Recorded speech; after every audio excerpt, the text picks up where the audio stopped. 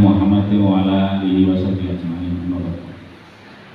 Yang terhormat Bapak Kepala Kantor Bapak Haji An Subakir, yang kami hormati Kasubag TU, yang kami hormati Kasih Pendidikan Islam, yang kami hormati Kasih Haji dan Masjid Islam, yang kami hormati pengawas PAI, yang kami hormati pula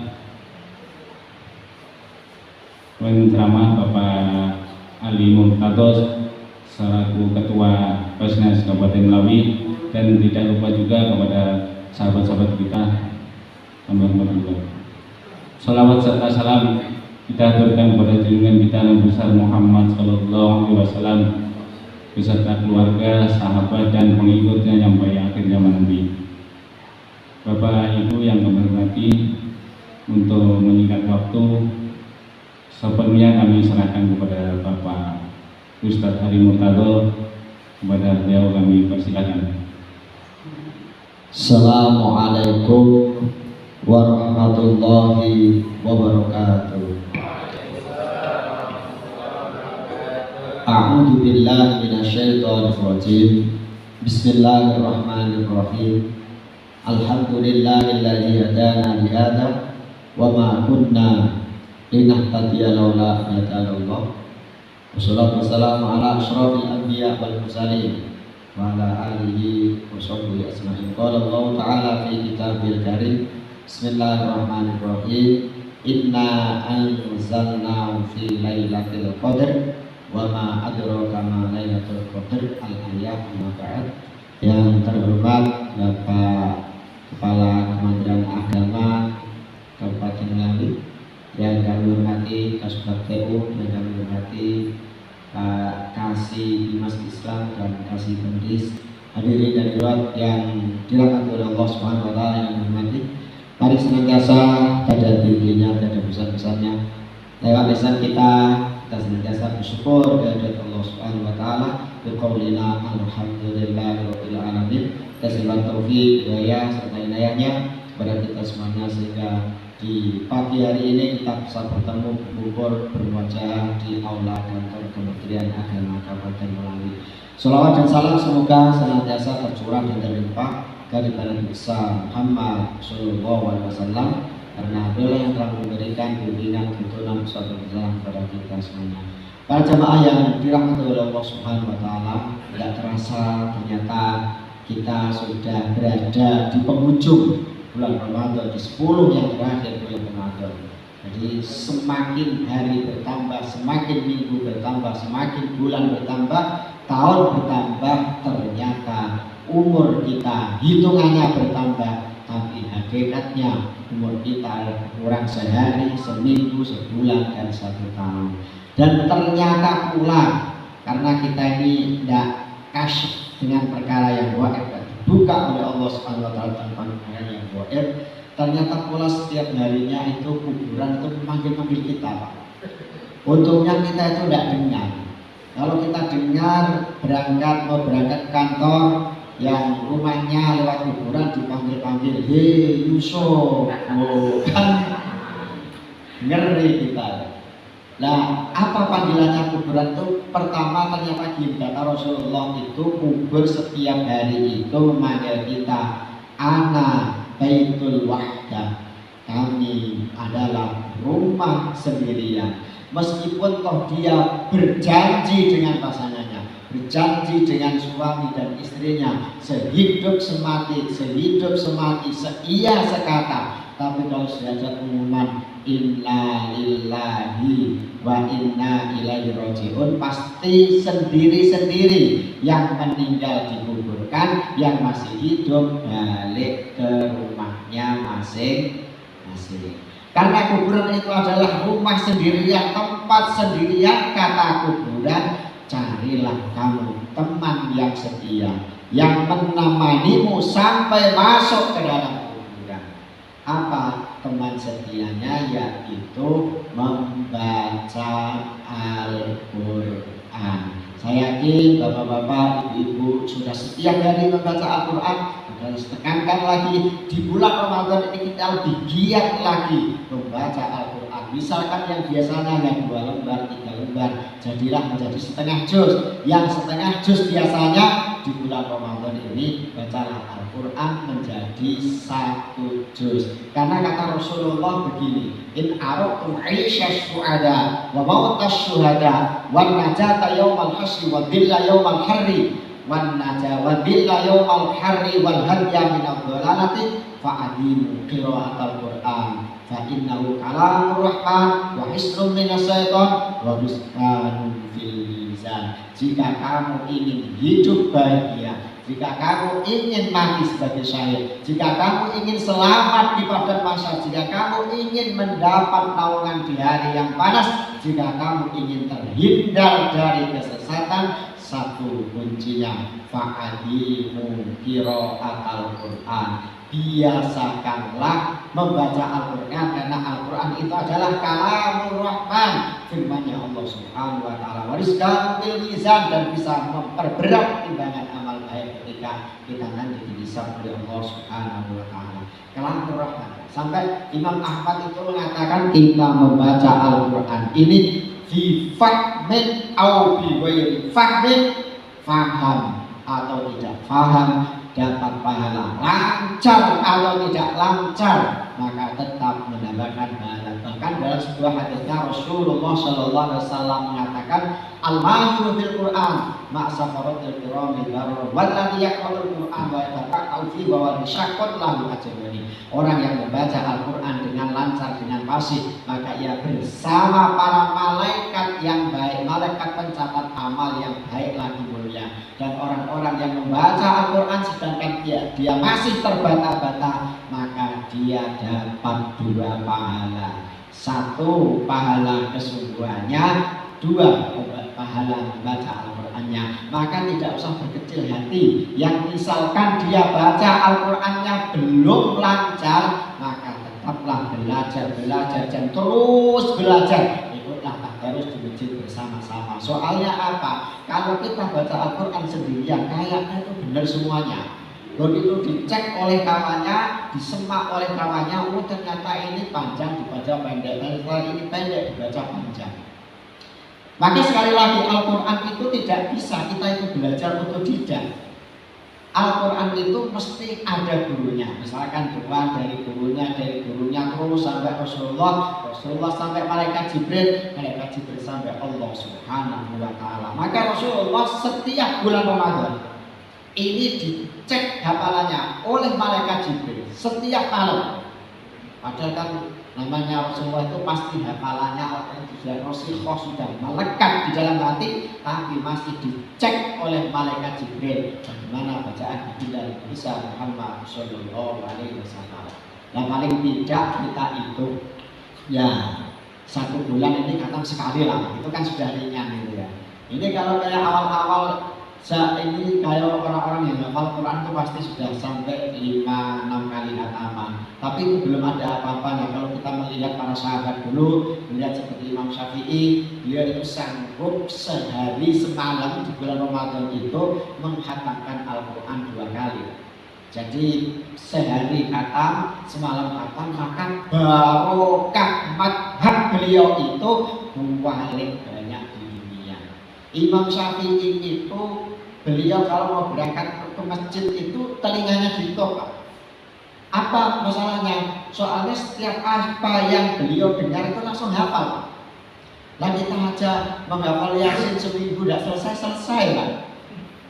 Makanya beliau berkah madhabnya. Nah kalau orang mengatakan bermadhab itu apa manfaatnya? Lebih bos kita itu langsung ke Al-Quran, ke hadis. Memang kita bisa langsung ke Al-Quran, ke hadis. Katanya Imam Syafi'i itu juga manusia, bisa salah juga. Iya, tapi kan orang yang luar biasa gitu loh. Jadi fa'adimu qira'atal Quran. Sampai kata Iqra'ul Quran fa innahu ya'ti yaumal qiyamati syafi'an ashabi. Bacalah Al-Quran karena nanti dia akan memberikan syafaat pada yang pembacanya.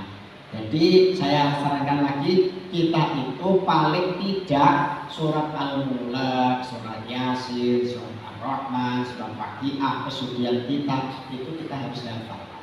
Sayang nanti kalau kita itu kelihatannya gagah, kelihatannya cantik, kelihatannya ganteng, tapi ternyata di dalamnya tidak ada isi apa-apanya. Kalau kita bisa hafal surat Tabarak misalkan, itu nanti akan membela kita di hadapan Allah Subhanahu wa taala. Ada kisahnya, Pak. Suatu saat ada orang itu yang sudah tidak jelas hidupnya, ngalor itu pokoknya salah sini salah. Tapi ketika dia mati, secara prosedur ini menurut malaikat mungkar wa nakir dia harus diajar. Nah, ketika sudah ditanya oleh malaikat mungkar nakir, man buka, dia tidak bisa jawab. Tapi ternyata ketika dia mau diajar, dari dalam hatinya, dari dalam dirinya, keluarlah surat Tabarak yang menjelma sebagai manusia. Dia berdebat dengan malaikat mungkar nakir, tidak bisa kamu menghajar dia karena saya ada di dalamnya. Kalau kamu menghajar dia, sama kamu menghajar aku kalamullah. Apakah kamu berani menghajar kalamullah, menginjak-injak kalamullah, menggodoknya dan lain sebagainya? Akhirnya malaikat mungkar nakir ini bingung, dari gimana orang ini hidupnya tidak jelas tapi kok keluar dari dirinya surat Al-Mulk, surat At-Tabarak.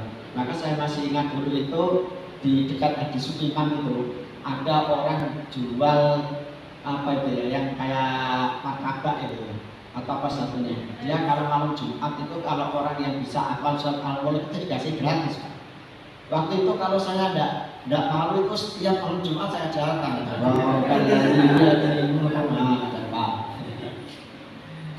Keluarlah ini mengadu pada Allah. Kata Allah, biarkan, karena memang di dalam hatinya ada barang Quran. Fa innallaha la yu'adzibu qalban ma'al Quran. Allah tidak akan menghadap seseorang yang di dalam hatinya ada hafalan Al-Quran. Satu kata Quran, ana baitul wahdah, rumah sendirian. Persiapkanlah kawan dari dunia, yaitu membaca Al-Quran. Yang kedua, anak baitul zulmah, saya ini adalah rumah kegelapan, maka terangi aku dengan nur qiyamul lail. Makanya saya masih ingat itu, saya melihat di YouTube-nya Mas Yusuf itu katanya, atani Jibril wa qala ya Muhammad isma syi'ta fa innaka mayyitun wa qad syi'ta fa innaka majziyun bi wahdi ma syi'ta fa innaka mufaqihu wa lam anna syarafal mu'min hiya mahu billahi wa izzuhu istilna'uhu anin nas.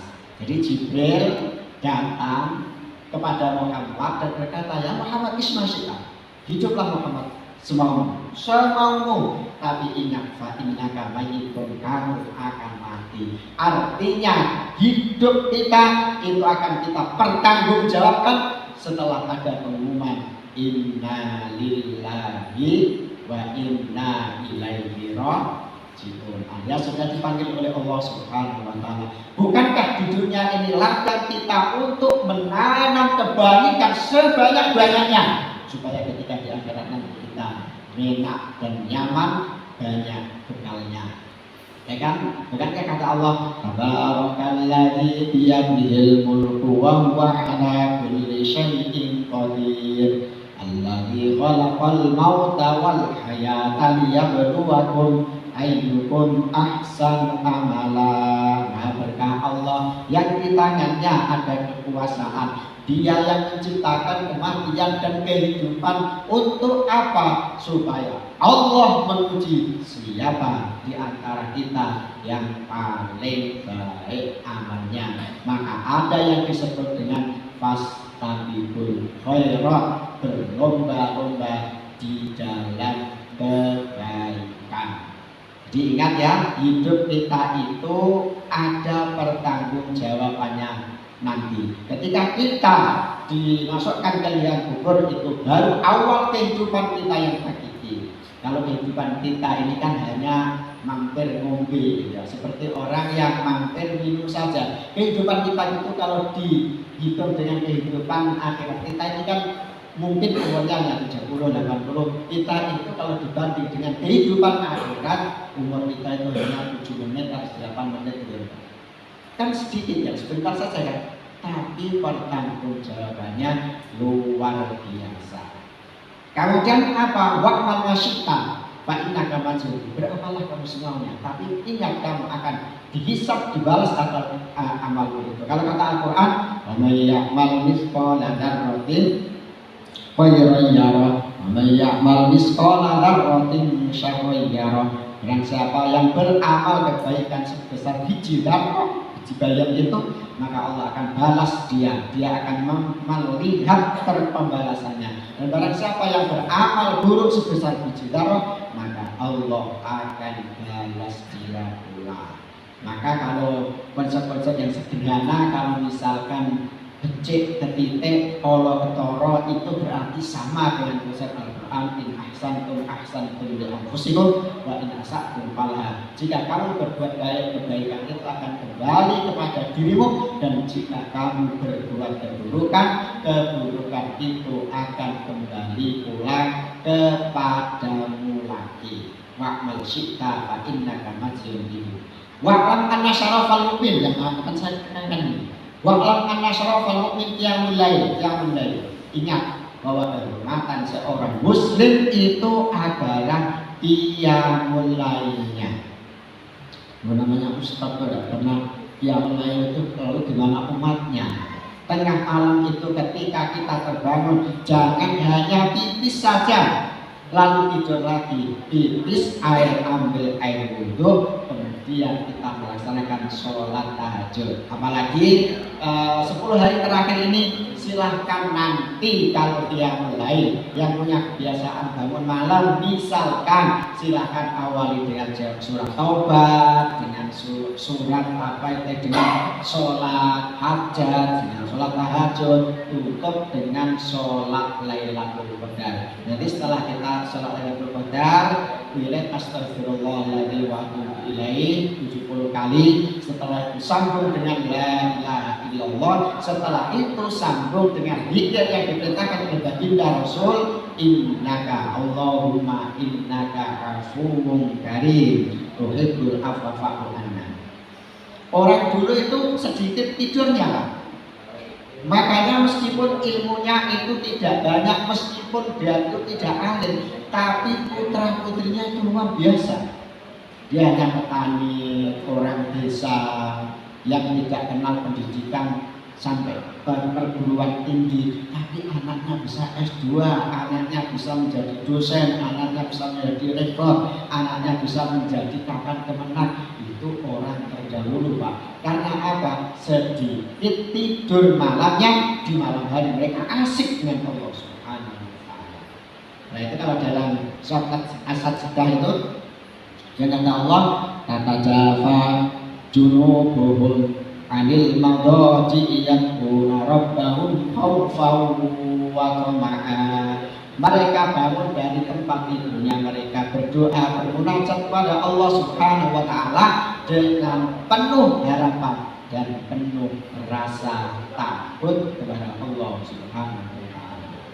Memang setan itu, Pak, ketika kita tidur itu, tengkuk kita itu diikat dengan 3 ikatan. Pertama, alaika tawil fakut, malam masih panjang, ditulis itu ya, maka tidurlah.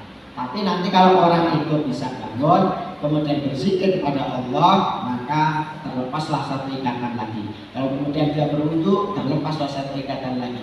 Kalau dia lalu sholat malam, maka 3 ikatan setan itu akan terurai semuanya. Tapi kalau orang sudah tidurnya tidak berdoa, tidurnya sudah tidak ambil air wudhu, maka dia akan semalaman merasa nyenyak tidur. Kadang pun as-sholatu khairun minan naum, tidak terdengar olehnya, bahkan bangun sudah 6:30, maka sholat subuhnya niatnya pun diganti usolli fardhu dhuhri, kesiangan. Allahu Akbar.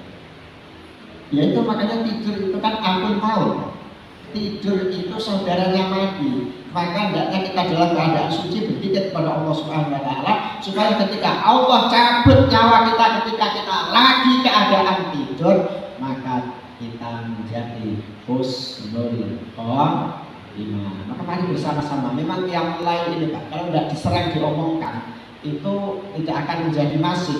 Kalau sering diomongkan, sering digaungkan, maka lama-kelamaan bersamaan telinga mereka akan merasa kering, akan merasa geli, dan akhirnya dia akan bangun malam untuk melaksanakan sholat tahajud. Kemudian yang ketiga panggilan kubur itu ana baitut turab, saya adalah rumah yang terbuat dari tanah, atas tanah, bawah tanah, kanan kiri tanah. Maka persiapkanlah tikar, yaitu berupa amal soleh. Amal soleh itu kalau bahasa kita itu amal baik. Amal soleh itu banyak sekali dan bermacam-macam sekali. Kita tidak bertengkar dengan istri kita, baik dengan tetangganya, membantu tetangganya, mencarikan solusi atas masalah yang dialaminya. Itu semuanya adalah amal baik. Termasuk puasa yang kita lakukan, haji yang kita lakukan, baca Al-Quran yang kita lakukan, itu adalah persiapan supaya di dalam kuburan nanti kita mendapat spring bed yang nyaman. Karena spring bed kita di dalam kuburan itu adalah amal soleh. Banyak di dalam Al-Quran itu pasti Allah menggandengkan imam dan amanu wa amilus sholihat. Kata Allah, man amila sholihan min dzakarin aw untha wa huwa mu'min fa ulaika yadkhuluna jannah. Barang siapa yang beramal baik, baik dia itu laki-laki atau perempuan, maka dia akan dimasukkan ke dalam surga. Kemudian yang keempat, ana baitul afai, saya adalah rumahnya binatang-binatang buas. Yang ada kalajengking yang besar lah, ular yang besar lah sekali disengat, orang akan terasa sampai hari kiamat. Maka persiapkan dirimu dengan memperbanyak Bismillahirrahmanirrahim. Mau berangkat kantor, bismillah, kerja untuk kecukupan diri sendiri dan keluarga. Mau pergi, bismillahirrahmanirrahim supaya selamat di perjalanan. Mau makan, bismillahirrahmanirrahim. Mau kumpul dengan istrinya, bismillahirrahmanirrahim. Mau tidur, bismillahirrahmanirrahim. Mau mengantuk, bismillahirrahmanirrahim. Artinya kalau segala perbuatan baik yang kita awali dengan bismillah itu mengibatkan Allah Subhanahu wa taala. Sehingga ketika mau berbuat tidak benar, dia beringat kepada Allah. Mau korupsi, bismillahirrahmanirrahim, tidak jadi. Diketahui oleh Allah Subhanahu wa taala. Mau selingkuh, ingat bismillahirrahmanirrahim, tidak jadi. Makanya itu pentingnya kita membaca bismillah. Dan setiap pekerjaan yang baik yang tidak diawali dengan bismillah itu terputus barokahnya, kurang barokahnya. Kullu amrin dibalil la yata'u bil basmalah bahwa akbar bahwa akbar. Setiap perkara yang baik yang tidak diawali dengan bismillah, maka di situ terputus barokahnya. Apapun awali dengan bismillah. Asal bukan perbuatan yang baik ya.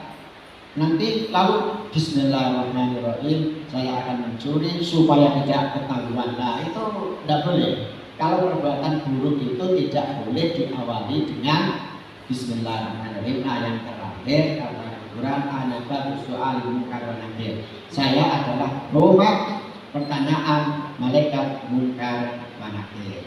Maka perbanyaklah kamu dengan membaca zikir la ilaha illallah. La ilaha illallah itu kalimat yang kita pegang teguh ketika kita di dunia, ketika kita mati, dan ketika kita menghadap Allah Subhanahu wa taala. Jangan pernah lepas dari kalimat la ilaha illallah. Zikir yang paling afdal setelah Al-Quran adalah kalimat la ilaha illallah. Itu ada caranya. Kalau kita masuk Toreko itu, kalau kita membaca zikir la ilaha illallah itu, dari pusat kita tarik sampai ke ubun-ubun la ilahanya arahkan ke susu sebelah kanan kita, illallah arahkan ke dada kiri kita, dua jari di bawah jari kita. La ilaha illallah. Itu kalau tujuannya orang yang sudah masuk dalam Toreko. Ya kita harus pokoknya penting la ilaha illallah, la ilaha illallah gitu ya. Soalnya la ilaha illallah ini ketika ditimbang, ada orang itu dikisahkan yang dia itu kesalahannya itu 100 berarti 99 cukup besar berisi kesalahannya. Yang satu ini ada pok kecil. Ternyata di dalamnya itu tulisan la ilaha illallah. Ketika orang ini sudah hampir putus asa karena itu banyak dosanya, banyak salahnya, pasti saya masuk di dalam neraka. Ternyata pok yang 99 yang besar sekali dengan pok yang hanya untuk wadah jam itu ternyata masih berat. Itu pok yang kecil itu karena di dalamnya di situ ada kalimat la ilaha illallah. Jadi orang itu kalau bisa juga la ilaha illallah itu bukan hanya di mulutnya saja, tapi coba nanti kalau bapak ibu malam hari berzikir la ilaha illallah, pejamkan mata, konsentrasikan kepada Allah Subhanahu Wa Taala dari ujung rambut sampai ujung kaki, berzikir semuanya, maka baru kita akan merasakan getaran zikir kepada Allah Subhanahu Wa Taala. Itu yang disebut dengan orang mukmin itu ketika disebut nama Allah Subhanahu Wa Taala maka hatinya akan menjadi bergetar. Mungkin itu tausiah bagi kita yang dapat saya sampaikan. Mohon maaf yang sebesar-besarnya. Wallahu muwaffiq ila thoriq. Assalamualaikum warahmatullahi wabarakatuh. Waalaikumsalam warahmatullahi wabarakatuh. Terima kasih Ustaz Ali yang begitu penyampaiannya menyentuh hati kita semua. Jadi saya mengambil kesimpulan sedikit. Di penghujung bulan puasa ini mari kita perbanyak membaca Al-Quran dan mari kita berlomba-lomba mencari kebaikan dan mari kita perbanyak membaca Bismillah dan La ilaha illallah. Akhirnya billahi taufiq wal hidayah. Wassalamualaikum warahmatullahi wabarakatuh.